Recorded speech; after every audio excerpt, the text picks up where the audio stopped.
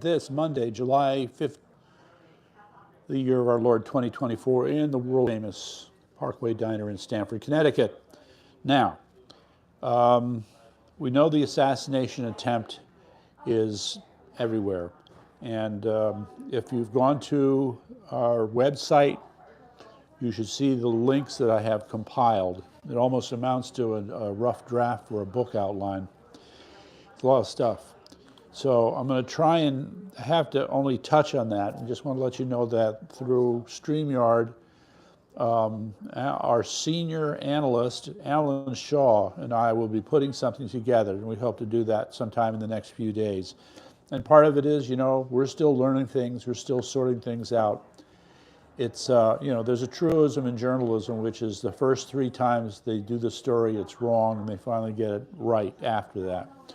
Okay, so go to our website and yankeet.news. Like, subscribe, donate, buy our stuff someday.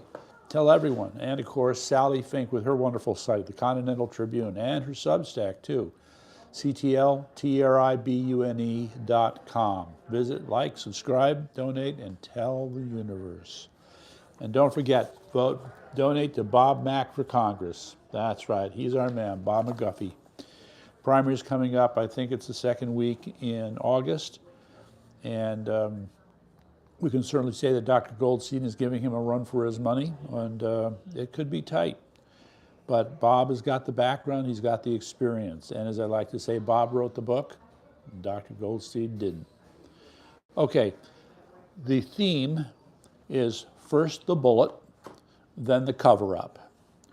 So some will say, oh, don't say that. Yeah, well, we have too many examples of cover-ups. We have too many examples of where the deep state doesn't really care about the truth. They want it to suit their own narrative. And there are certainly enough questions about what happened in that rally to raise questions. In any event, so the first thing I just want to bring up, I call the cynic's feast, all right? So it's no surprise, all the Democrats who hate Trump, hate Americans, have come out, and they're so apologetic, they're so conciliatory, and I want to puke, okay? Because all they're doing is saying what's expected, and they're not serious, okay? Senator Murphy on X, Lamont on X, Lauro on X, Blumenthal on X, and Proto, oh, that's right, he's supposed to be a Republican, I'm sorry, and Courtney on ConnecticutPublic.org. All right, so there's that. Meantime, every so often I've been bringing up our friends over there at the Social Equity Council, better known as the Wow, Let's Get High Council, that's supposed to adjudicate the distribution of funds and otherwise render fair the consumption of cannabis products in the state of Connecticut. This is so out of control. I can only pray that this genie will be put back in the bottle. It's so bad. Do we have any quotations from DeLauro, Lamont? Yeah, I didn't. Murphy. What a waste of time. Right. Okay, they're quotes. They're there. If you really want to find them, go to ctcapitalreport.com. Okay, Connecticut Capital Report, and they list them all there. Please. Okay, so there's been some problems. How have they been spending the money? I don't know.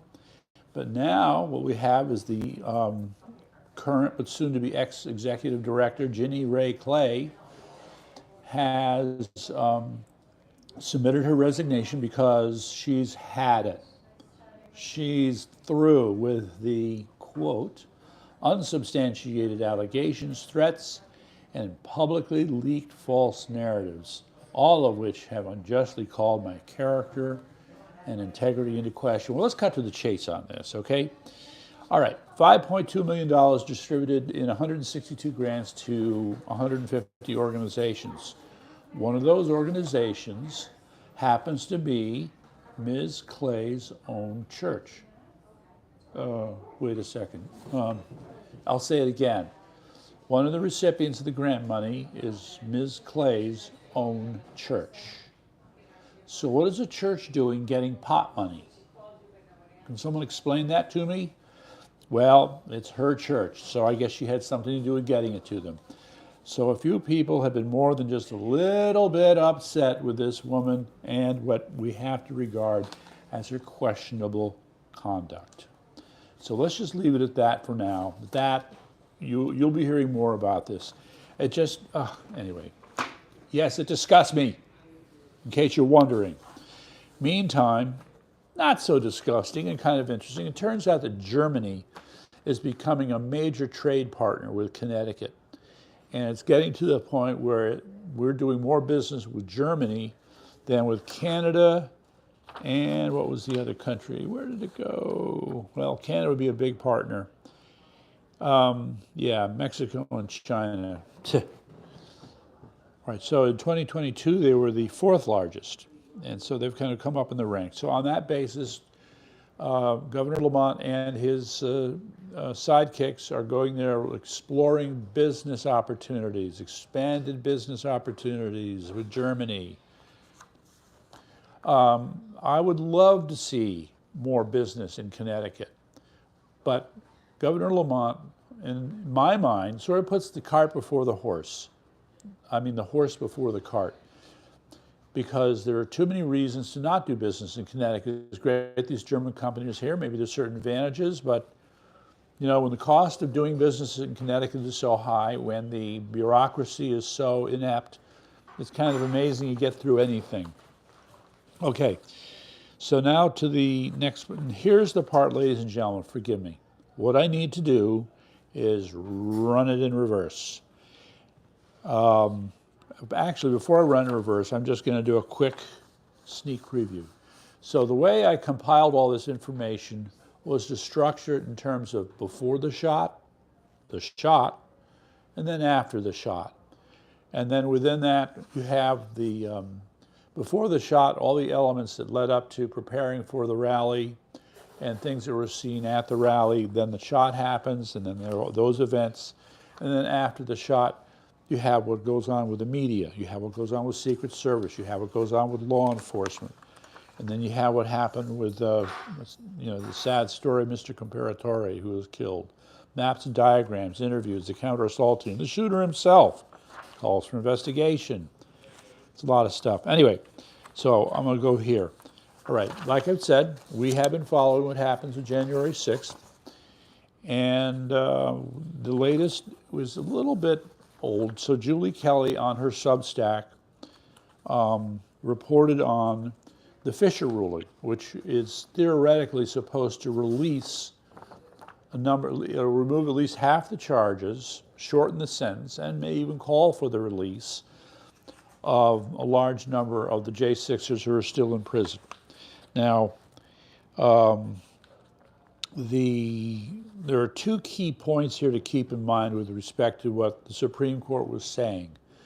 The first is that it's not enough to be considered obstruction if you're protesting, okay? If you take documents, if there's any kind of physical intervention that's interfering with what's going on, then yes, you would be considered a candidate for that charge. So now what's happened here is that the second complaint is a lot of the charges that were lodged by the Department of Justice were too vague. They didn't name the crime. Okay, you were just there, trespassing. Trespassing gets you time in jail? Seriously. So now what we find is they're going to go back, and the Department of Justice is going to try and specify the crime, or the allegation, and recharge all the people that are in jail right now. I don't know what the counter to that is, but this is what's being discussed. So stay tuned. Meantime, this is really remarkable. This is blowing my mind. Okay, so I came across this article about what's happening in Ukraine and Russia, looking for an update. And so here's this thing from, trying to find the name of the website. In any event, the remarkable is, I'm just going to rattle these off. So this is really quite a collection. So one of Ukraine's biggest war challenges being tackled in the streets of Kiev. You know, they're having trouble recruiting men. So they got soldiers walking the streets, basically trying to grab any men they see and issue them papers to show up and basically be drafted. Okay? Now, then the other thing is China and Russia have been holding joint naval drills. You might want to be worrying about that. And how about this one? There's a growing number of treason and espionage cases in Russia under Putin. Now, how much of this is just overreacting, or how much of this is that the Ukrainians and others are actually stepping up their spying game? We don't know, but it's interesting nonetheless. Now, okay, what's the other one here that's really cool? Ukrainian startups now, they're working on AI-based, quote, killing machines. So it just seems like each side is upping the game with respect to technology in the battlefield. And all right, anyway. So the big one is there was a report that Putin is planning to launch 1,000 drones into Ukraine. That's a lot of drones. So those are some of the items that are an update. All right. Now, then the judge said, hey, if you want to make your own booze at home, that's okay. So I don't know if the article is not clear, but if it was, how do I want to put this? A Texas ruling, it's 156 years old, saying that, no, you can't make your own booze at home. Who are you kidding? So the judge said, yes, you can. So this is part of the administrative state being dialed back in little incremental steps. So I'm calling that good news. Meantime, Judge Cannon down in Florida has basically ruled that, Jack Smith is an illegal prosecutor, so he's got to go. And the case on the documents, according to Judge Cannon, has been tossed. So now the question is, what's the Department of Justice going to do? We don't know, but we'll see. And then, what's the next one here? Okay, so Darren Beatty of Revolver.News has a piece out, and we put up the link for it, where he's basically suggesting that lawfare on Trump is backfiring. It's not working out. We haven't seen a complete elimination, but the delay in the sentencing, which may lead to the dismissal of the case, happened for the case in New York. Now we have Judge Cannon tossing this suit out, and I think we're going to see other things begin to get rolled back. So pay attention. Meantime, the town of Springfield, Ohio. Oh my God, what happened to these people? This is where our erstwhile President Joe Biden really is showing what a rotten person he really is. This town now, Springfield, Ohio, population 50,000, now has 20,000 Haitian immigrants in it. Don't you think there's a sense of balance between how many immigrants should be in a town and the town itself before it starts to lose its character? Well, he doesn't think that. So this is a sad story. You got to read it. It's really annoying. Now, one of the other things that occurred to me was, what is going on? Anytime you have a big event, this assassination attempt, that usually is meant to obscure something else. Well, guess what was going on while all this was happening? That's right, Bohemian Grove. Who here knows about Bohemian Grove? Well, let's just say that this is the party of all times for the deep state. They get together in this place in California, and they have some rather questionable ceremonies. Alex Jones has followed this for years, and so there's another clip on X where he's hiding in the trees, looking at what they're doing, and they're having these ceremonies, and boy, they don't look right to me. Now, the other story I wanted to throw up here, we know that there was a loss of life expectancy as a result of COVID.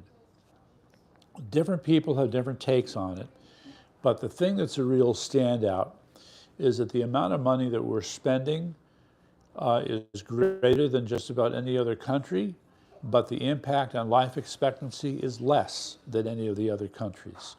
And this is strikingly familiar to how we are doing with education. We spend lots of money on students for education and with very little in the way of results to show. And I think upon closer examination in both cases, you're going to find the yep, it's the bureaucracy. That's where the money goes, the bureaucracy. You got to wonder. Okay, so the next part here is, see. All right, now this is really weird. Okay, so if anybody was following what happened after the assassination attempt, there was a rapid change in tenor in the media and by Joe Biden. So we had that national broadcast. And so what was he doing in that broadcast other than a hidden campaign message? He was calling for, wait for it, unity. We must get together. We must unify. Here's the weird thing. Almost at exactly the same time, Trump is now speaking in terms of unity. And we're suspecting that at the convention, it'll be a unity message. I mean, this gets kind of tired and prosaic, right? How many times have we heard these messages about unifying? In Joe Biden's case, well, maybe it's significant because we remember what happened, what was it, September 2022, when he was in Philadelphia and had that weird black and red background where he was calling MAGA evil. So now he's going to stop doing that? Huh. Interesting. All right, so I'm not going to spend a lot of time on the assassination attempt because Alan Shaw and I, and hopefully Eric, you'll be in on it. Yes? Okay, I'll take it. So we're putting together a special that we're going to do on StreamYard where we're going to analyze a lot of this stuff in depth. So there are two places to really start. Let's start with the most obvious one. As Eric showed me earlier, there is, and you see these maps, the line of sight from the building where the shooter was to the stage was a short distance. I believe they said 150 yards. That's nothing. For a sniper, that is nothing, all right? And the problem is that we have reports saying that that building had been identified as a security threat by the Secret Service. Now, whether it was identified as a security threat by the law enforcement people who are responsible for the perimeter is something we don't know. One of the questions here is what kind of communication or communication breakdown was there between the Secret Service and law enforcement with respect to security, local law enforcement, with respect to that building and other structures that would have been, ideal places for a shooter. All right, so that part, we have links, go check them out, where you have all these different people giving their analysis. A lot of them are ex-military types, people who are snipers, so they understand what's involved. And there'll be a lot of talk about this stuff concerning rules of engagement. Now, we're told that the rules of engagement were such that they were not supposed to fire until the shooter fired. This is ridiculous. I don't see how anybody could possibly buy into something like that. There's going to have to be a further explanation. Won't there? But here's the problem I'm having, and as have others. What was the ladder doing there? Who put it there? How did the gunman know to go to that ladder? This question is particularly important because the ladder was in what they call an alcove. It was not obvious where this ladder was. You'd have to know that it was there, okay? So a lot of questions there, and let's see, was there one or two other questions I just wanted to raise? Let's see. Now, did the FBI know this person? Also, by the way, a question hasn't been asked, was the shooter under psychiatric care?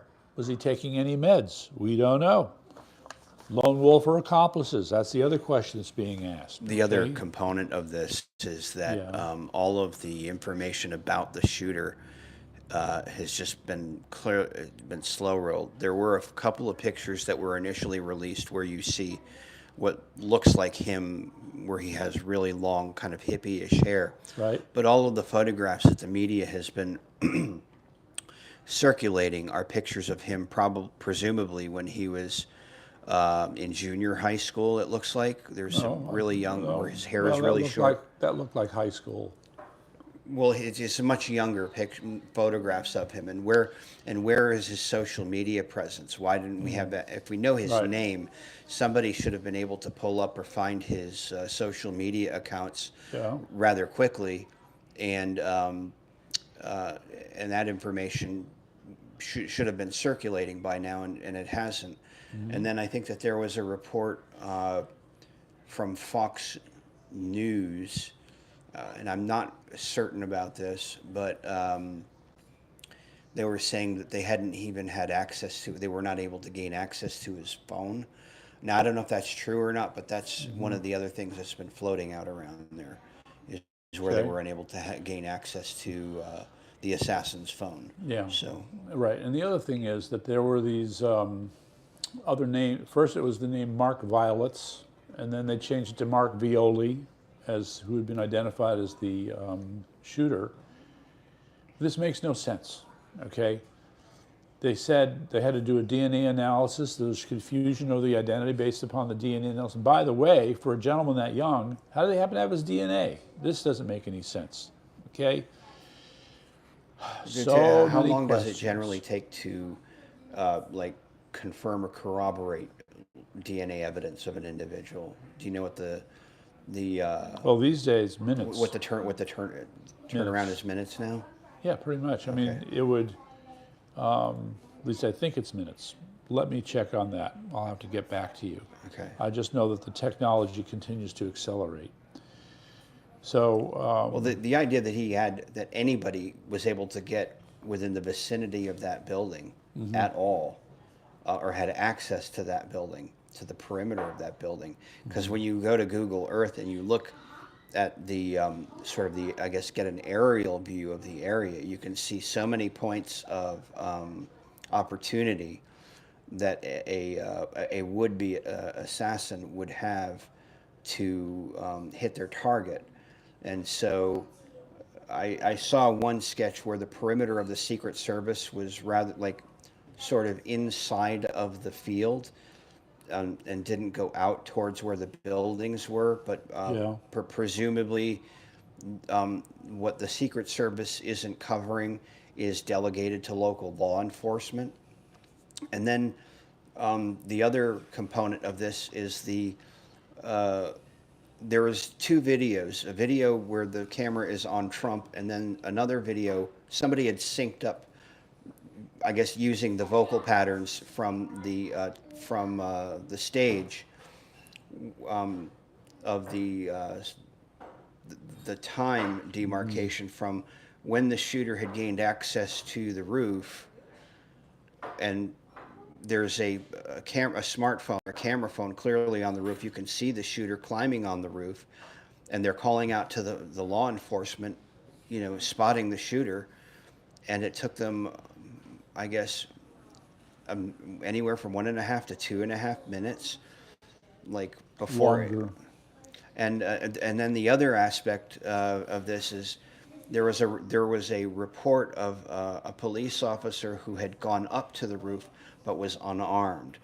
Now, I don't have any confirmation of that, but that was I don't have any confirmation of that report, but that was, I don't understand why a law enforcement officer going to a rooftop where a potential person armed and dangerous Okay, well, would first go question. without being armed. Okay, does he know that the person was up there in the first place? We don't know. However, I have a contrarian theory I would like to offer concerning that police officer. And it's based upon one sentence in this article that said that shortly after the policeman retreated, the shooting started. All right, if that information is correct, what that tells me is that the shooter knew in that moment the jig was up and he had to get busy, which means he didn't have the luxury of time to really take a really good aim. He was in a hurry to get it off before it was too late, So which explains why so many of his shots were bad. Right. And then there's the, I mean, you hear these stories about delays or reluctance of police officers to engage a suspect. Um, there was a young, I think if you recall, there was that young man in Texas who was in the building, and the police took 20 minutes to You're gain talking about Uvalde? yeah, the Uvalde shooter. Yeah.